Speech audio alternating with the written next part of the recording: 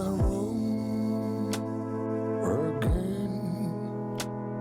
I ain't got no home on my own again. But I never felt so close to them. Love Supreme est un duo d'électro-français composé de Joseph Maurice et de Kenzo Rose. Lonely Feelings est le deuxième titre de l'EP Love Supreme, sorti le 26 avril 2019. Il s'agit d'une chanson de New Soul atmosphérique, lancinante et puissante, avec une sonorité futuriste qui nous plonge dans une science-fiction onirique et mélancolique. La chanson nous parle de la solitude et de la difficulté à en sortir. Pour s'en sortir, il faut faire la paix avec soi-même afin d'atteindre une forme de renaissance, de renouveau, ce qui est le deuxième thème de ce titre. La chanson s'ouvre sur un son électronique étouffé qui laisse ensuite place à une mélodie de synthétiseur envoûtante.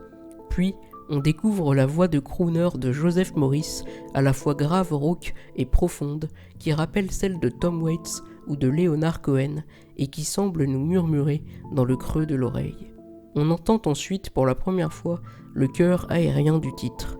Puis, le chanteur pose sa voix sur une mélodie électronique discrète comprenant une batterie légère. Il ajoute ensuite plus d'émotion dans sa voix. La mélodie électronique se fait plus insistante jusqu'à atteindre une envolée lyrique à la fois planante et puissante. Puis, la musique se répète jusqu'à son climax qui mélange une sorte de vrombissement électronique grave et puissant et une batterie percutante. Le climax s'arrête subitement quelques secondes, puis arrive à son terme. Au début du clip, on voit un chien tomber dans le vide au milieu d'une cour intérieure circulaire d'un énorme immeuble. Il est seul et impuissant face à sa mort imminente. Le cercle symbolise le cycle de vie et de renaissance. On voit une jeune femme qui se réveille seule dans un lit beaucoup trop grand pour une seule personne. Les draps recouvrent la pièce où elle se trouve. Le drap blanc est souvent associé au linceul dont on recouvre les morts et donc au manque d'un être aimé. La jeune femme porte également un débardeur blanc. Elle est en proie à la solitude et elle ne connaît personne qui pourrait l'aider à en sortir. Elle ne trouve aucun sens à son existence. La phrase qui résume bien cela est la suivante. Sentiment solitaire, il y a quelque chose dans mon âme, c'est juste inexprimable. D'après le dictionnaire des symboles, le blanc est une couleur paradoxale, car bien qu'elle contienne la totalité des couleurs du spectre lumineux, il apparaît à l'œil humain comme une absence de couleur. Cette idée est évoquée par la phrase suivante. Recherchez ces couleurs cachées, seulement visibles les yeux fermés, les oreilles ouvertes je les vois, sentiment solitaire. On retrouve le symbole du cercle sur le plafond de la chambre qui se répète plusieurs fois. La jeune femme se lève et regarde par la fenêtre de sa chambre. On retrouve la jeune femme dans une pièce avec un cercle en son centre, lui-même comportant un cercle entouré par un faisceau de lumière multicolore, à l'intérieur duquel se trouvent deux hommes et leur chien. Le cercle et le faisceau coloré tournent au même rythme. Les couleurs du faisceau sont en opposition au blanc du débardeur de la jeune femme. Les personnes présentes semblent vénérer ces deux hommes comme des idoles. Ils sont comme hypnotisés par ces êtres colorés et extravagants. Peut-être qu'ils se sont sortis de leur solitude en se raccrochant à leur dévotion. De plus, en appartenant à un groupe, ils ne sont donc plus seuls. La jeune femme semble ne pas appartenir à ce groupe, même si elle essaye de le rejoindre. Elle n'y parvient pas, ce qui accroît sa solitude. La phrase qui résume bien cela est la suivante. Seul à nouveau, mais je ne me suis jamais senti aussi proche d'eux. Mon seul sentiment, un sentiment de solitude, sentiment solitaire. On voit de nouveau le chien tomber. Toujours dans la même pièce, on voit une autre femme arriver, fumer une cigarette et embrasser la jeune femme. La jeune femme essaye peut-être de trouver l'amour, qui serait pour elle une forme de libération. On voit de nouveau le chien tomber.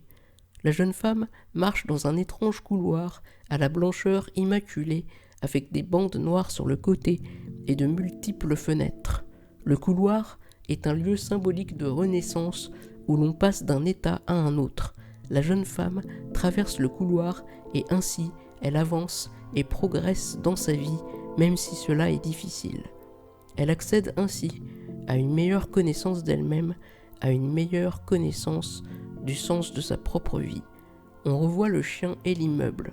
Dans le plan suivant, la jeune femme est emmenée dans une pièce au milieu de laquelle se trouve un bassin d'eau circulaire. Autour du bassin se trouvent des personnes à genoux assistant à la scène et se rassemblant tout autour en cercle comme pour lui apporter une protection.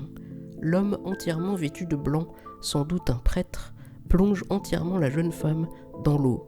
Cela est une allusion très claire au rite religieux du baptême qui symbolise la nouvelle vie du croyant. L'eau symbolise à la fois la mort de son ancienne vie et sa renaissance dans sa nouvelle vie. Dans le plan suivant, la jeune femme se trouve dans une pièce entièrement rouge avec une bande noire en son centre. Des deux côtés de la pièce se trouvent deux êtres vêtus de fourrure noire et de masques dorés, et au centre, une femme aux multiples bras avec une tenue violette claire aux reflets arc-en-ciel.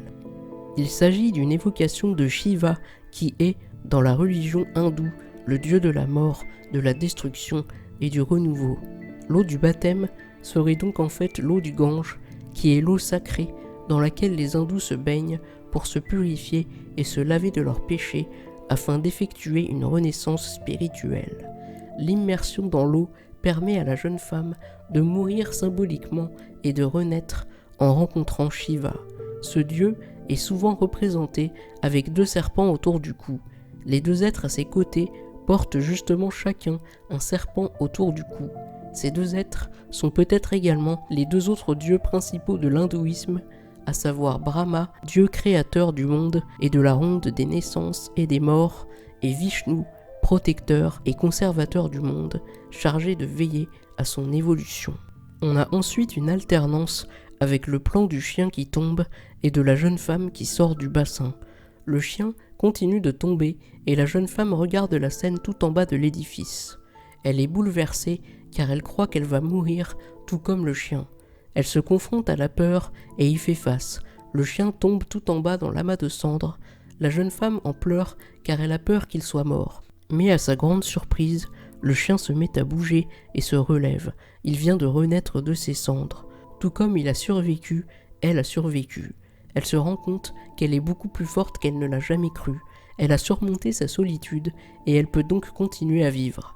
L'émotion de la jeune femme est très forte car elle se rend compte qu'elle avait tort. Sur le dernier plan du clip, le chien tourne la tête pour la regarder, puis s'en va.